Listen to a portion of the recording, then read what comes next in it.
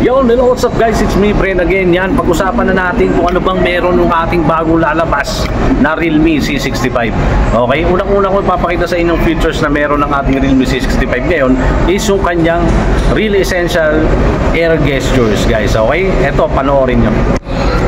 So ito na nga yung bagong labas natin na Realme C65 na smartphone ni Realme, guys. Okay, so ano ba yung pinag-usapan natin kanina? Yung Real Essential Air Gestures. So tuturo ko sa inyo kung paano yan gamitin. So pumunta lamang kayo ng settings, guys. Pagpunta nyo ng settings, pumunta kayo ng special features.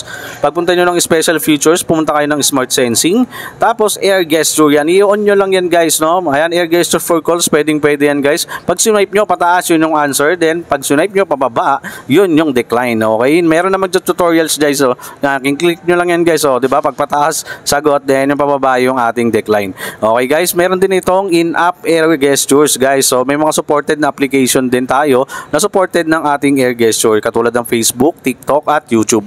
So testingin naman natin siya, guys, kung paano pa talaga siya gumagana para mas malinawan kayo, guys, no? So sample natin dito kay TikTok, guys. Okay, kay TikTok, guys, ganito lang yan. Okay, para makita nyo naman kung paano pa talaga ito ginagamit. So 20 meters to 40 meters, yan yung layo ng inyong kamay. Yan, madidetect na yan, guys. Pag lumabas na yung parang hand icon doon sa ilalim ng camera, pwede na kayong mag-navigate ng inyong air gestures.